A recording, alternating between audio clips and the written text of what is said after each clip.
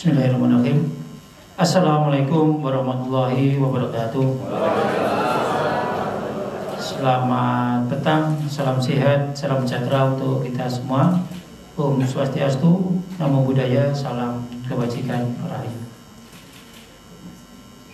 Yang kami hormati Bapak Ketua Umum Ikatan Guru Indonesia, Bapak Danang Tetullah, kemudian para Bapak Ibu, ini sudah disebut semua tadi oleh Pak Danang tadi ya, Dewan Pembina IKI Pusat, kemudian juga Dewan Kehormatan IKI Pusat, Dewan Pakar IKI, kemudian juga Ketua Umum PGRI atau yang mewakili, Ketua Umum Persatuan Guru Nahdlatul Ulama, kemudian dari Forum Guru Muhammadiyah, Ketua Umum Asosiasi Pengawas Sekolah Indonesia atau APSI, kemudian Ketua Umum Asosiasi Kepala Sekolah Indonesia, Panitera Umum Majelis Luhur Persatuan Mahasiswa ini Kisaur, makasih Kisaur. Kemudian Ketua Yayasan Guru Belajar diwakili dari tempatnya Mas Puki. Kemudian dari Ketua Umum Komunitas Guru Belajar KGBN, tadi ya. Kemudian Bapak Ibu perwakilan dari program organisasi penggerak di 24 kabupaten kota, kemudian juga ada tadi dari perwakilan Orprof ini ya, ada beberapa juga Bapak Ibu yang mungkin tidak bisa kami sebutkan satu persatu dengan tidak mengurangi rasa hormat kami kepada Bapak Ibu sekalian. Pertama-tama marilah kita panjatkan puji syukur kita kehadirat Allah Subhanahu wa taala yang pada kesempatan petang hari ini alhamdulillah kita bisa bertemu, bisa bersilaturahmi secara tatap muka dalam kondisi yang sehat walafiat.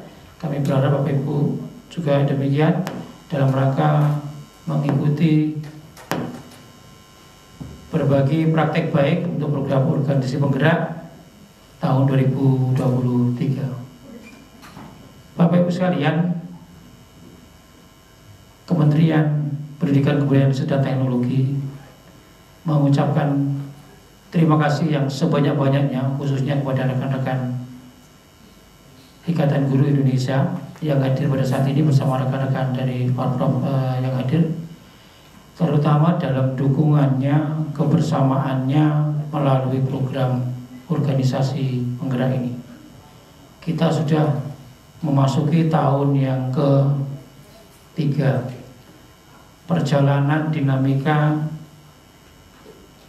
dari tahun 2019 waktu itu ya, 2019 2020, kemudian baru dilaksanakan tahun 2021 2022 dan ini adalah tahun 2023, tahun yang terakhir. Meskipun tadi saya mendengar masih berlanjut. Amin. Berharap tadi. Bapak Ibu sekalian, spirit dari program organisasi penggerak ini adalah semangat untuk gotong royong. Bagaimana membangun ekosistem pendidikan yang mengakselerasi, yang mempercepat perbaikan kualitas pendidikan. Kalau kita coba merujuk setback sejenak, bagaimana Bapak Ibu rekan-rekan Orprof ini mengajukan proposalnya adalah ketika kita melihat capaian kemampuan literasi numerasi anak-anak kita, putra-putri kita pada saat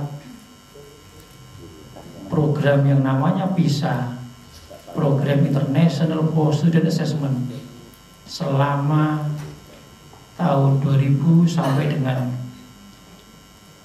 2018 mengalami stagnasi yang cukup berat. Perbaikan kualitas pembelajaran kita stagnan. Setidaknya indikator dari capaian PISA itu adalah bukti bahwa kita jalan di tempat, belum mencapai skor di atas 400, baru sekitar 390, 385. Kalau dilihat rankingnya dari 77 negara peserta PISA itu, kita itu nomor 5, nomor 6 dari bawah, dari belakang. Ini keprihatinan kita bersama. Di saat itulah Bapak Ibu sekalian, kondisi 2018 diperparah lagi 2020, 2019 belakangan itu dengan adanya COVID-19. Krisis pembelajaran semakin berlarut-larut, sehingga upaya recovery learning melalui beberapa kebijakan seperti penyederhanaan kurikulum. Bapak Ibu ingat waktu itu ya, ada beberapa kompetensi dasar, standar kompetensi yang dikurangi, disederhanakan, dibuat simple, dibuat yang mengarah ke life skill saja, yang mengarah kepada materi-materi esensial saja. Melalui keputusan dari Kepala Badan PSKP waktu itu, spiritnya adalah ke sana, bagaimana kita bisa mengatasi krisis pembelajaran itu. Kemudian seiring dengan adanya Bapak Ibu mendengar kurikulum untuk kondisi khusus atau darurat, kemudian kurikulum paradigma baru khususnya di sekolah, program sekolah penggerak, kemudian muncul mendengar mungkin kurikulum prototype. Kemudian pada tanggal 11 Februari 2022 episode Merdeka Belajar yang ke-15, yaitu muncul yang namanya kurikulum Merdeka bersama dengan platform Merdeka Mengajar. Nah, kembali kepada tadi, kenapa POP kemudian dilahirkan? Ada spiritnya bagaimana bisa mengakselerasi literasi, numerasi, termasuk juga bagaimana dengan karakter putra-putri kita. Bagaimana kita bisa memastikan bahwa lingkungan belajar anak-anak itu nyaman untuk belajar.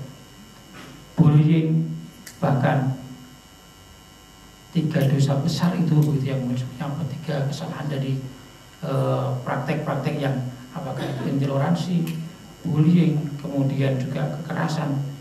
Hal-hal seperti ini tentunya menjadi concern kita. Kalau kemudian pada hari ini kita ingin melihat 2 hari ke depan bagaimana praktek baik yang sudah dilaksanakan oleh rekan-rekan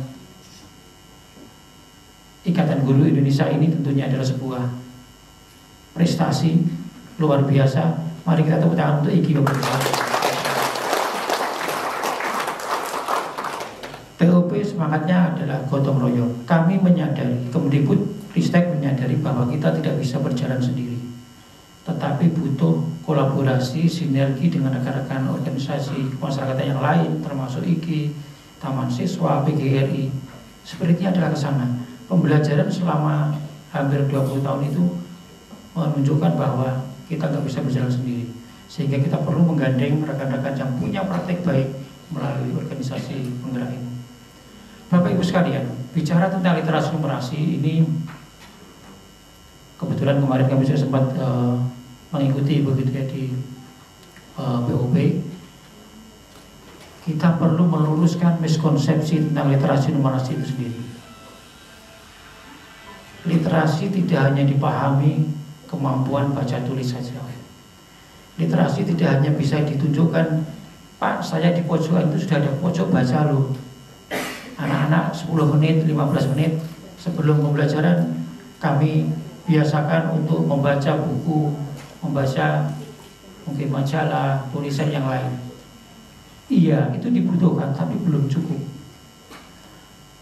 Coba dilihat di sana, bagaimana anak-anak kita itu bisa memahami bacaan itu. Apa sih yang dibaca itu? Tidak sekedar membaca begitu, tapi anak perlu memahami, perlu memaknai, bisa mengkritisi, bisa membandingkan, menilai dengan bacaan yang lain.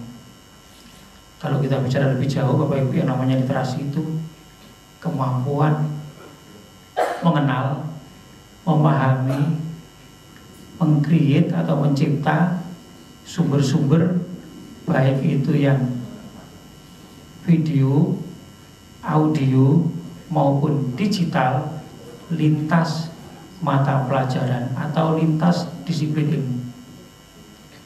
Jadi literasi tidak hanya kemudian miliknya bahasa ataupun bahasa Indonesia misalkan.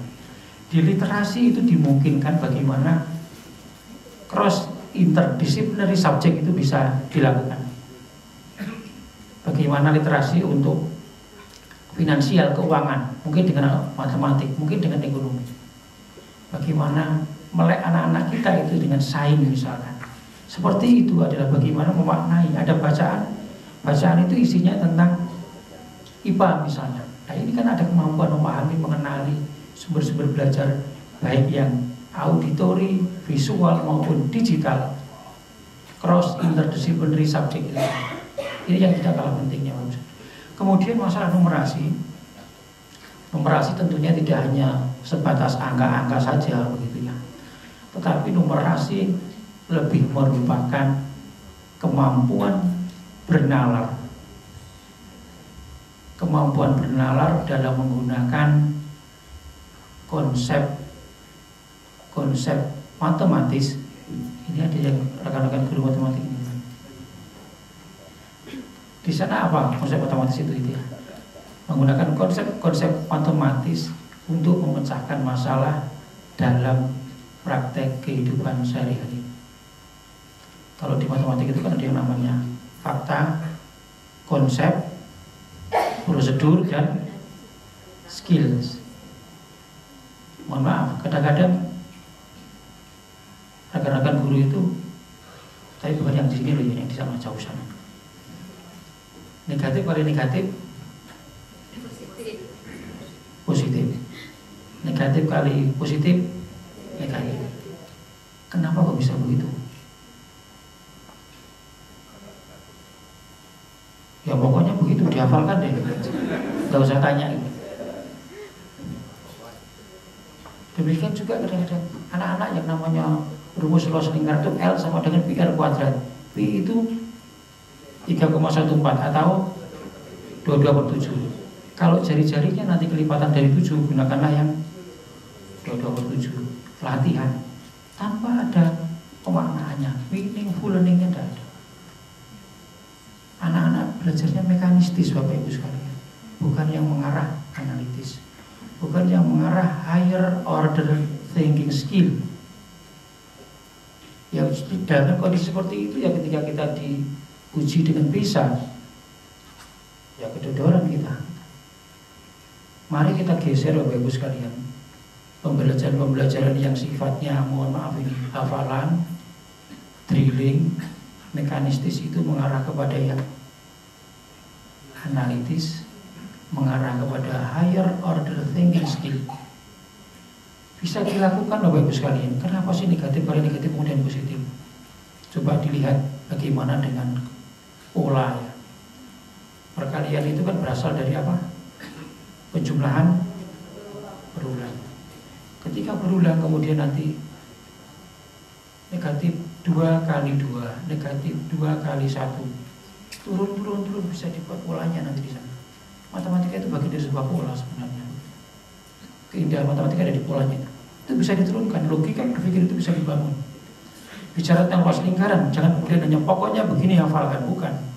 Anak-anak besok membawa benda-benda objek yang berbentuk lingkaran gitu ya, apakah itu piring, apakah itu gelas, kemudian membawa benang atau tali.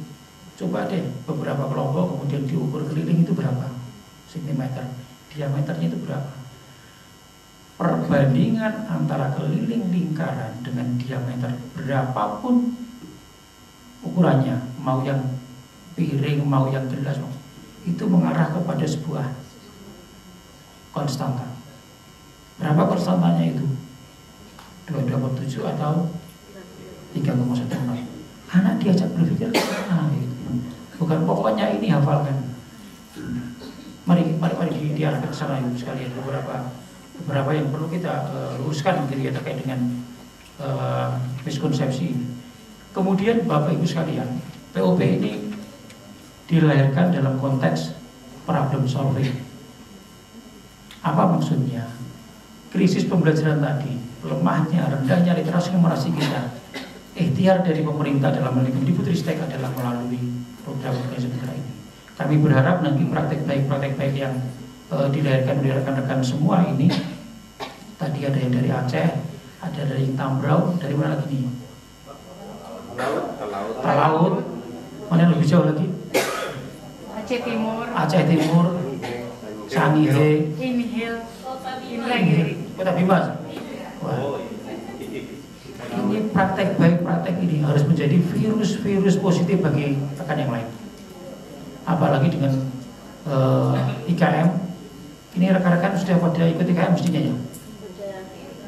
Karena kalau yang ada di daftar kami itu sudah lebih dari 260.000 lebih satuan pendidikan yang telah mendaftar IKM, baik yang mandiri belajar, mandiri berubah maupun mandiri berbagi melalui komunitas belajar atau Kombel begitu ya Bos sekalian. Kan ada 6 strategi bagaimana kita mendorong IKM itu.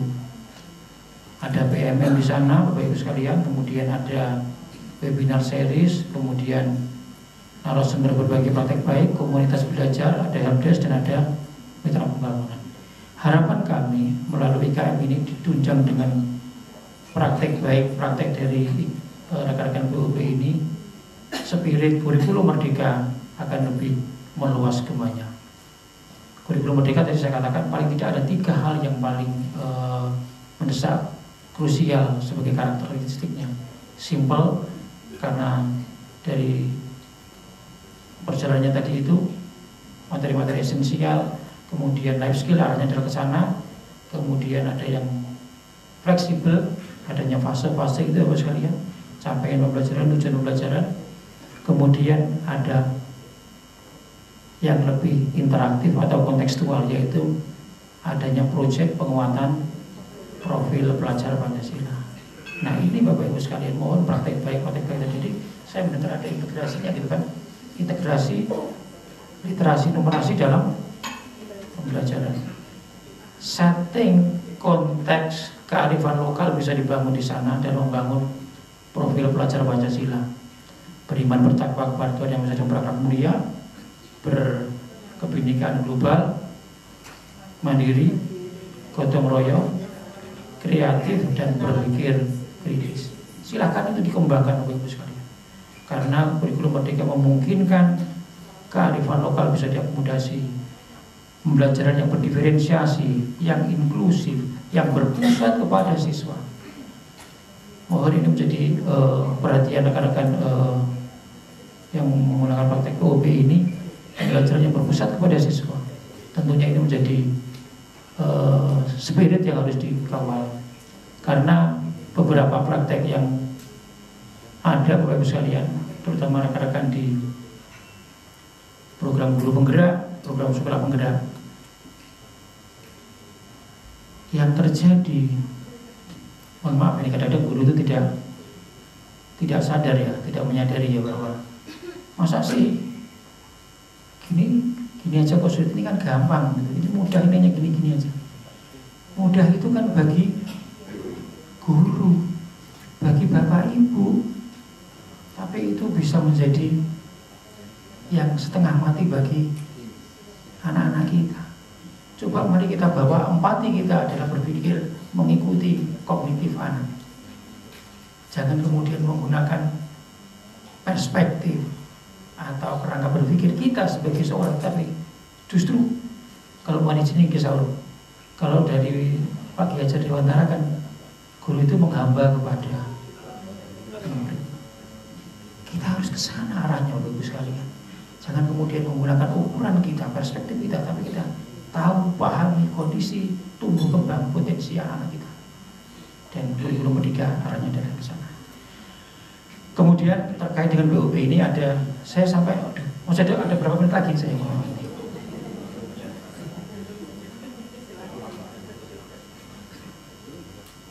Baik, sedikit lagi.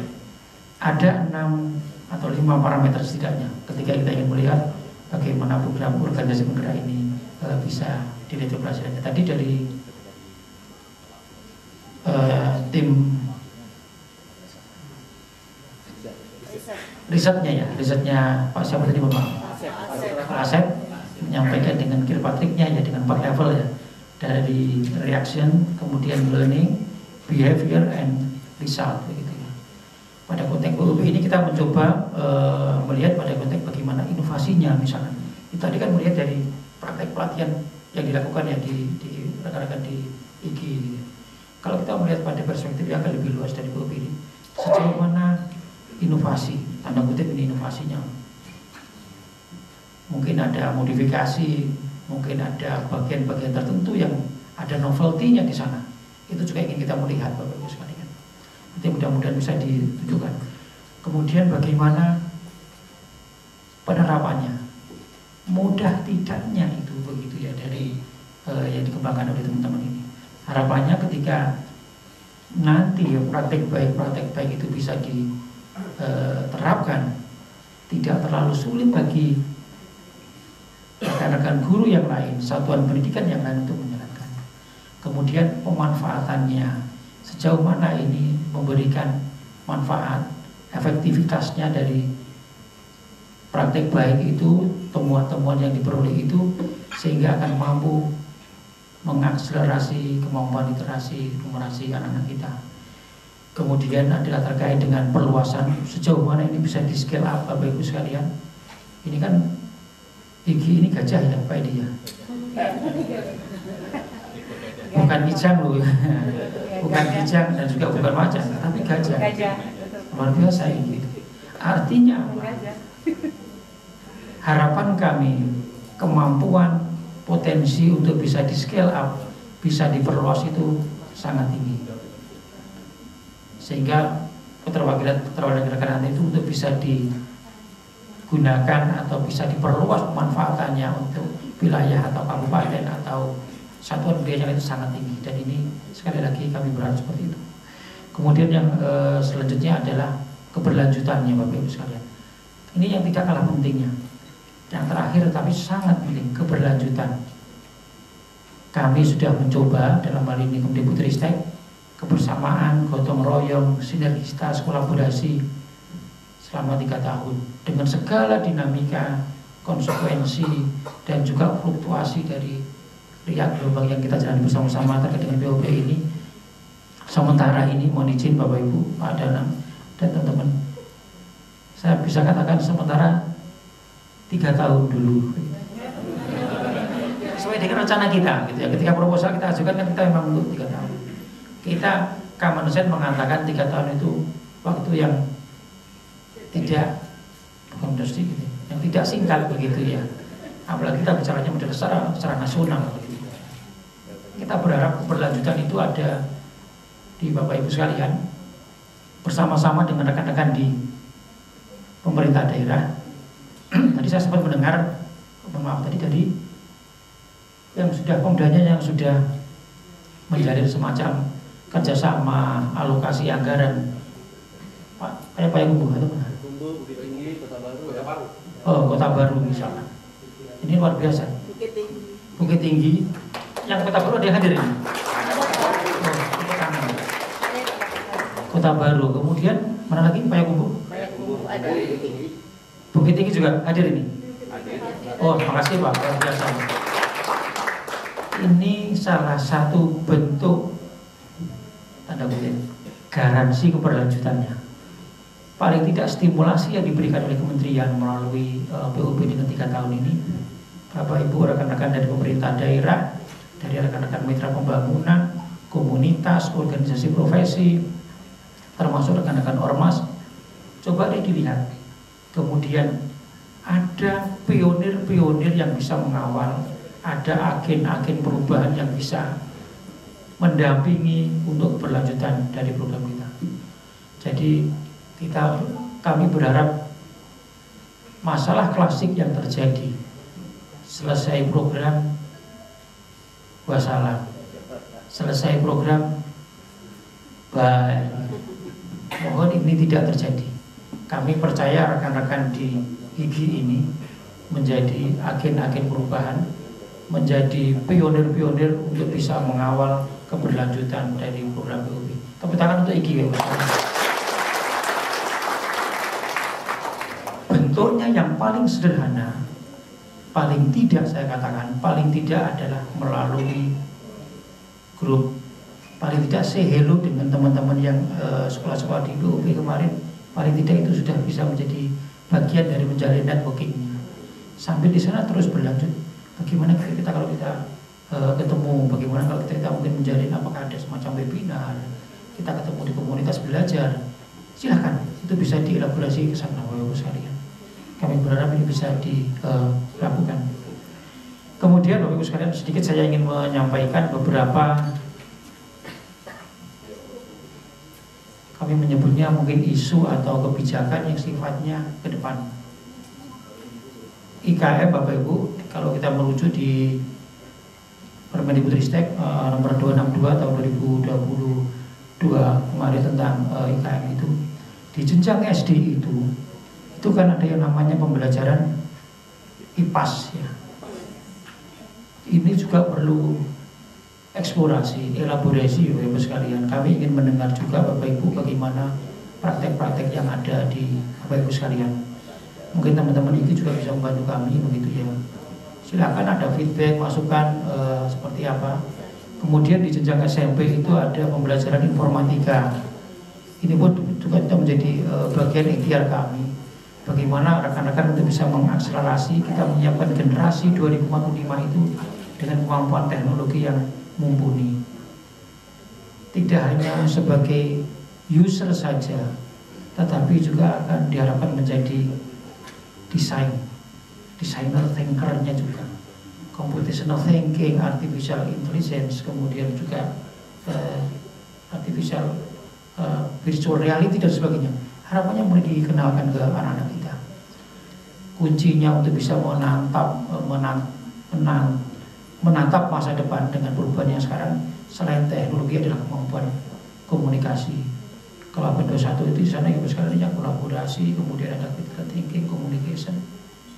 Kemampuan bahasa Inggris itu juga masih terbatas. Saya katakan ini proses Bapak Ibu sekalian. Ada rencana, ada wacana. Kita mulai pembelajaran bahasa Inggris itu diawalkan mulainya. Tidak dimulai dari jenjang apa yang saat ini yang diwajibkan, SMP kan. Kita mencoba ini lagi dikaji. Bagaimana kalau ditarik lebih bawah lagi di jenjang sekolah dasar. Meskipun realnya ada beberapa sekolah yang sudah melakukan itu, meskipun bukan wajib gitu ya. Ini adalah konsep kita. Kemampuan teknologi, kemampuan bahasa Inggris, kemudian tentu yang namanya karakter, bagaimana jati diri bangsa kita harus kita kawal, itu juga tidak kalah penting. Ini saya kira menjadi concern kita bersama Ibu sekalian. Kemudian yang untuk pelatihan guru, mari kita mulai mengarah yang namanya self-directed learning. Lebih mandiri Bapak Ibu sekalian. Tidak harus, mohon maaf, mendatangkan pelatih yang, kalau saya katakan mungkin yang cascading-nya tinggi, dari instruktur nasional, instruktur provinsi, instruktur kabupaten, kemudian terus sampai ke bawah. Terlalu panjang itu. Mari kita mulai dengan belajar secara mandiri. Bapak Ibu bisa belajar banyak dari platform Merdeka Mengajar. Era digitalisasi sudah ada di hadapan kita. Di komunitas belajar, kalau ada masalah, saya di PMM ini agak kurang paham ini, coba dikaji lagi. Di komunitas belajar itu, apakah yang komunitas belajar di satuan pendidikan, antar satuan pendidikan, atau di komunitas belajar daring, silahkan Bapak Ibu. Era digitalisasi sudah ada di hadapan kita. Bukan masalah teknologi yang menggantikan guru begitu ya, tetapi guru yang tidak belajar teknologi akan ditinggalkan. Itu yang penting Bapak Ibu sekalian. Mohon untuk bisa menjadi concern kita. Jadi bukan masalah, wah ini teknologi jangan-jangan menggantikan. Bukan itu yang penting. Tetapi ketika ada guru yang tidak atau tidak mulai teknologi, itu yang akan ditinggalkan. Jangan-jangan ketinggalan dengan muridnya, kan begitu. Anak-anak kita sudah luar biasa. Sehingga melalui forum ini mohon Bapak Ibu, kami yakin rekan-rekan di IGI juga kami akan menjadi leading sector untuk bisa mengawal. Terima kasih kerjasamanya selama ini bersama-sama mengawal beberapa program Kemdikbudristek.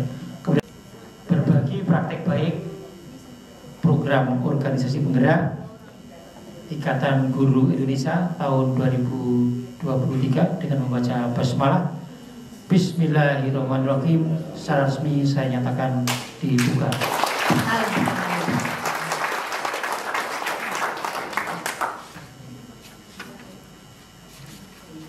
Baik, ada kurang lebihnya kami mohon maaf yang sebesar-besarnya.